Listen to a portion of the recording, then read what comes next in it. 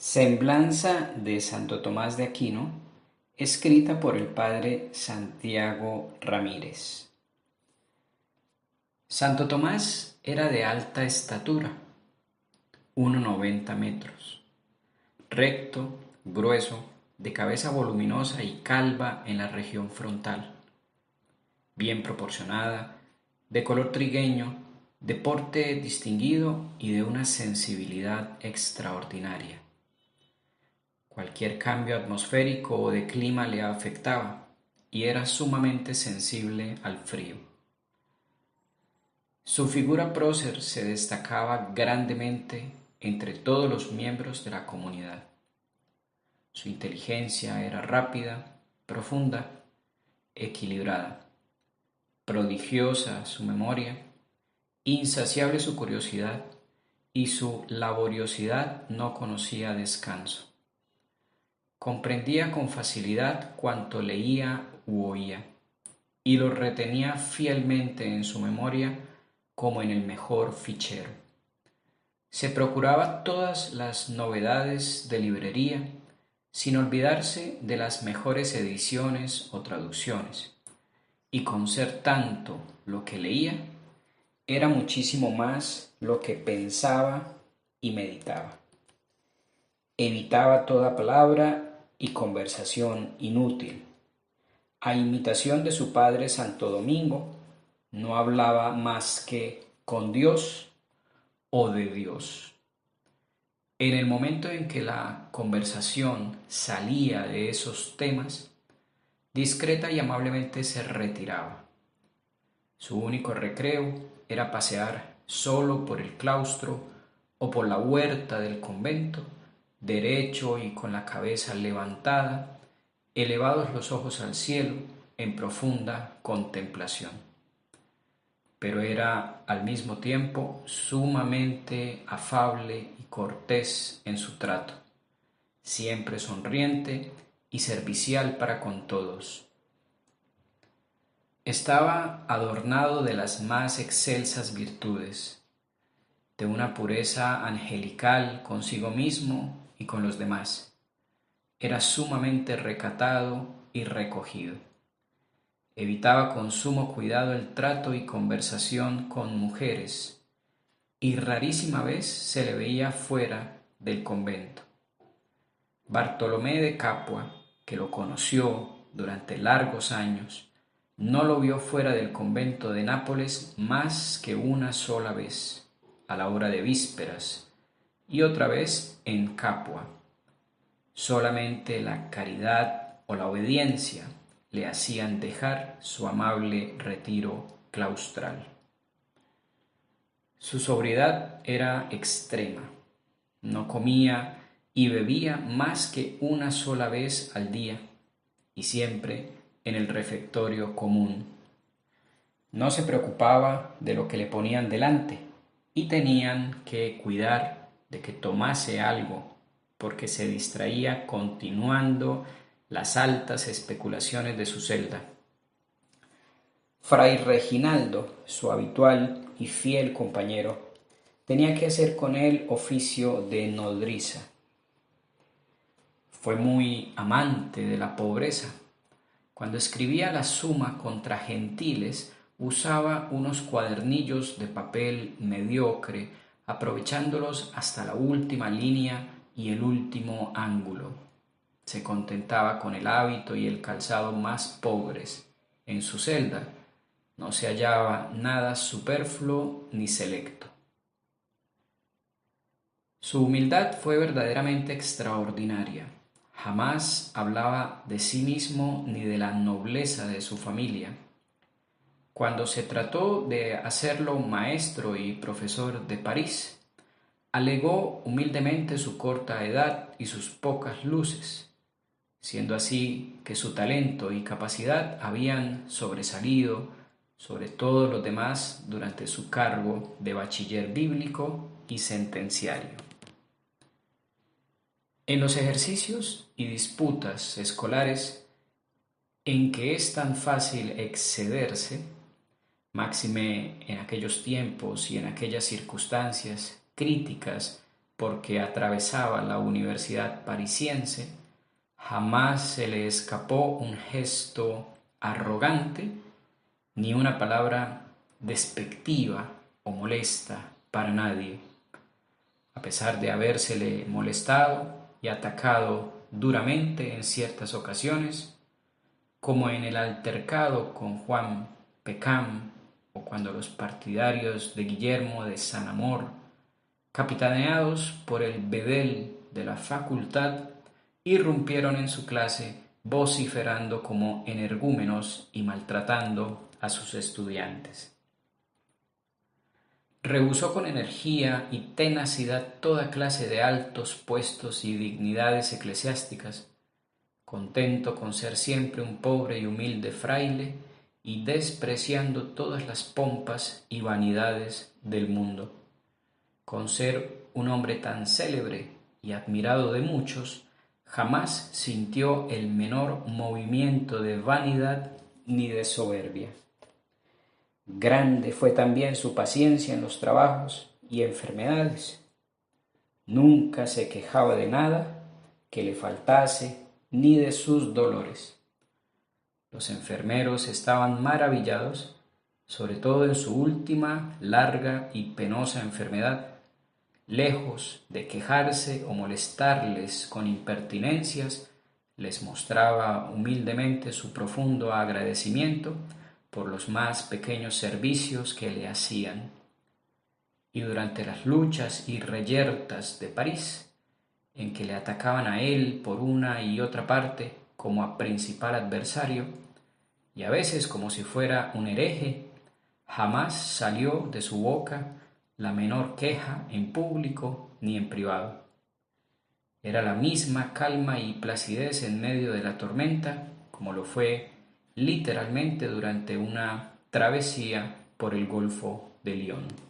Pero al mismo tiempo era intrépido y enérgico en defensa de la verdad, dando siempre la cara con ejemplar nobleza.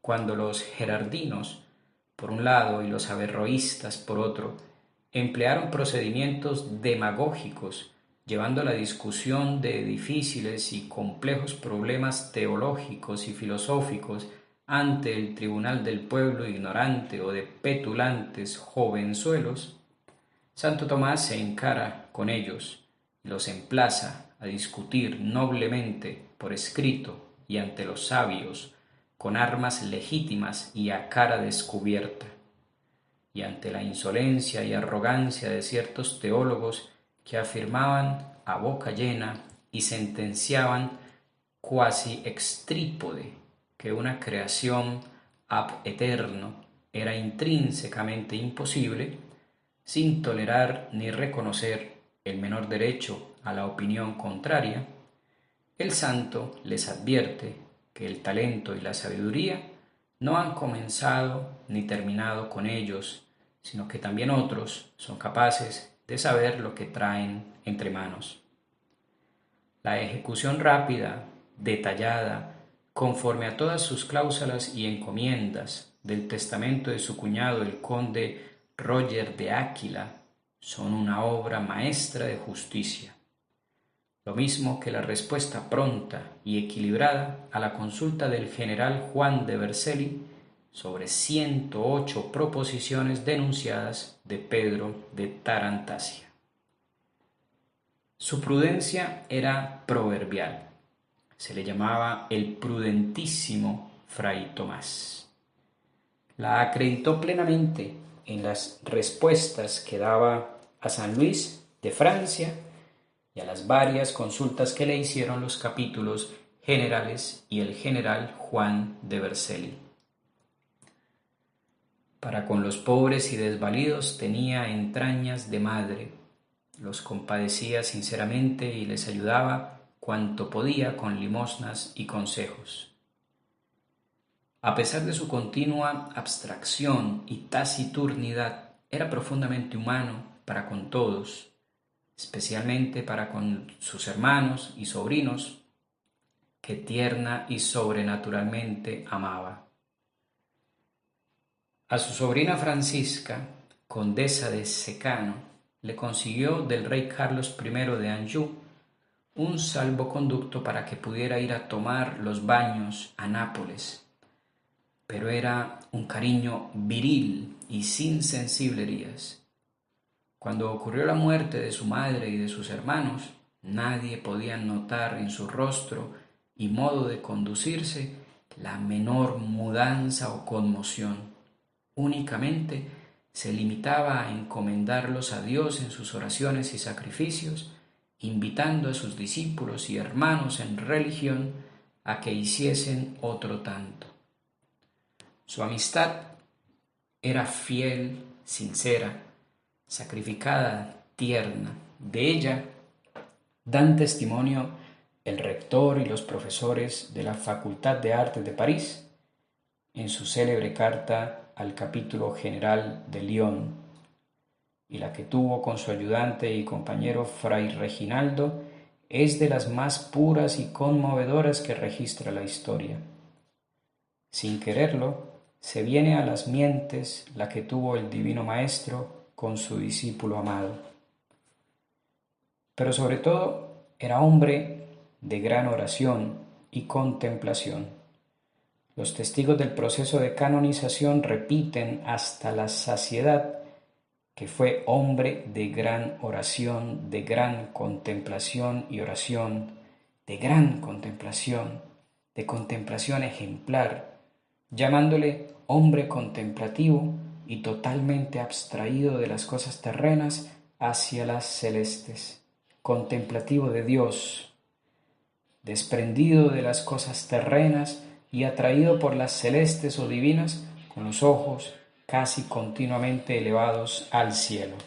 Era el primero en levantarse por la noche e iba a postrarse ante el Santísimo Sacramento, y cuando tocaban a maitines, antes de que formasen fila los religiosos para ir a coro, se volvía sigilosamente a su celda para que nadie lo notase.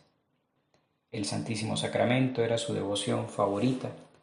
Celebraba todos los días a primera hora de la mañana y luego oía otra misa o dos a las que servía con frecuencia. El oficio que compuso para la festividad del Corpus Christi y el sermón que predicó ante el consistorio con motivo de su inauguración son de lo más tierno, devoto y profundamente teológico que se conoce en la Sagrada Liturgia.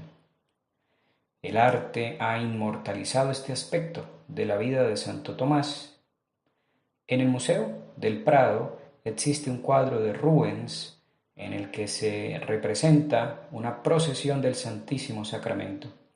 Van delante San Gregorio Papa, San Agustín y San Ambrosio. Siguen detrás San Jerónimo y San Buenaventura. En el centro avanzan Santo Tomás y Santa Clara. Ella va a la derecha y lleva la custodia.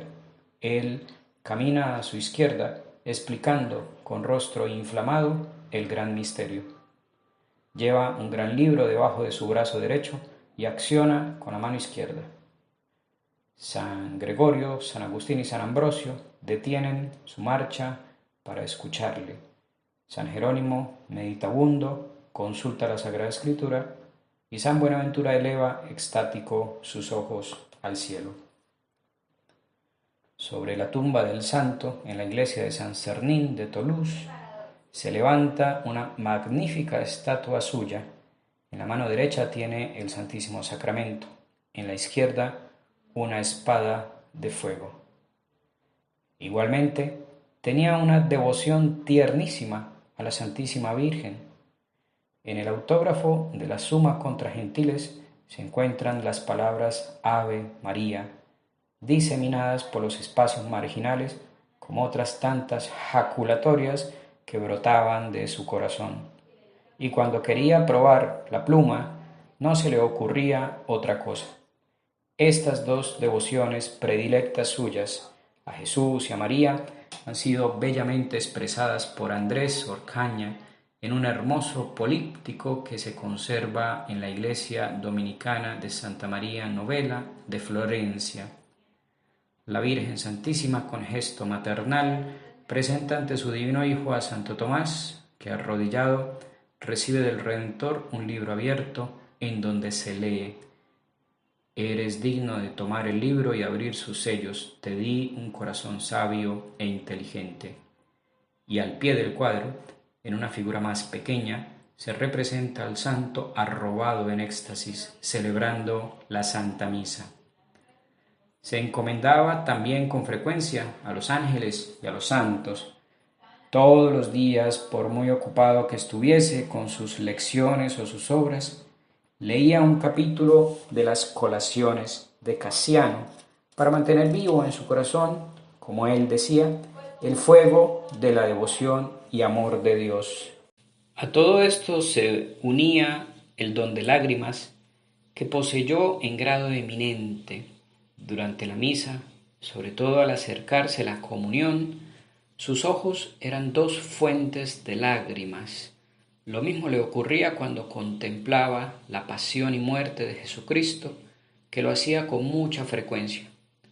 Y al cantar en completas durante la Cuaresma de 1273 la antífona «No nos deseches en el tiempo de la vejez, cuando nos falte la fuerza no nos abandones, Señor», llamó la atención de los religiosos el mar de lágrimas en que estaba sumergido. Y con ser tantas las virtudes que adornaban su alma desde su niñez, pues conservó intacta su inocencia bautismal, creció siempre sin interrupción en todas ellas hasta el fin de su vida, como atestigua el dominico Conrado de Sueza, que lo conoció durante largos años en Nápoles, Roma y Orvieto. Progresaba siempre de bien en mejor y crecía de virtud en virtud. Hermosa y exactamente dice el cardenal Pedro Roger, que después fue papa con el nombre de Clemente VI. Como resulta claro a quien contempla su vida, es como si todos sus miembros fuesen ejemplos de virtud. Se leía su simplicidad en la vista, su benignidad en la cara, su humildad en el oído, su sobriedad en el gusto, en la lengua su verdad, en el olor su suavidad, en su tacto la integridad, en su andar la gravedad, en su gesto la honestidad, en su entendimiento la claridad, en su afecto la bondad, en su mente la santidad, en su corazón la caridad, en él la belleza de su cuerpo fue imagen de su mente y figura de su bondad.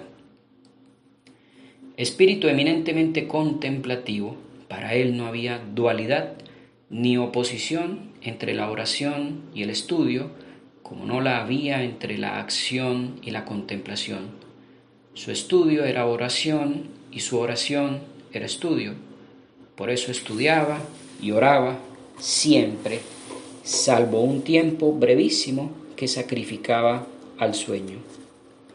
Como dice bellamente Turón, oraba como si nada tuviera que esperar de su trabajo y trabajaba con la misma aplicación que si la oración no pudiera bastarle para llegar a la ciencia más perfecta. En los últimos años de su vida, sobre todo, el estudio quedó absorbido por la oración y ésta por su forma más alta y elevada, que es la pura contemplación. Sabiduría, caridad, paz. He ahí las tres notas dominantes y características de la vida espiritual de Santo Tomás, que Monseñor Grabman ha expuesto deliciosamente en su obra sobre Tomás de Aquino. No faltaba más que quitar las amarras del cuerpo mortal para que su espíritu volase hasta la presencia inmediata de Dios, traduciendo la contemplación en visión facial y beatífica. Fue canonizado solemnemente en Aviñón por Juan XXII el 18 de julio de 1323.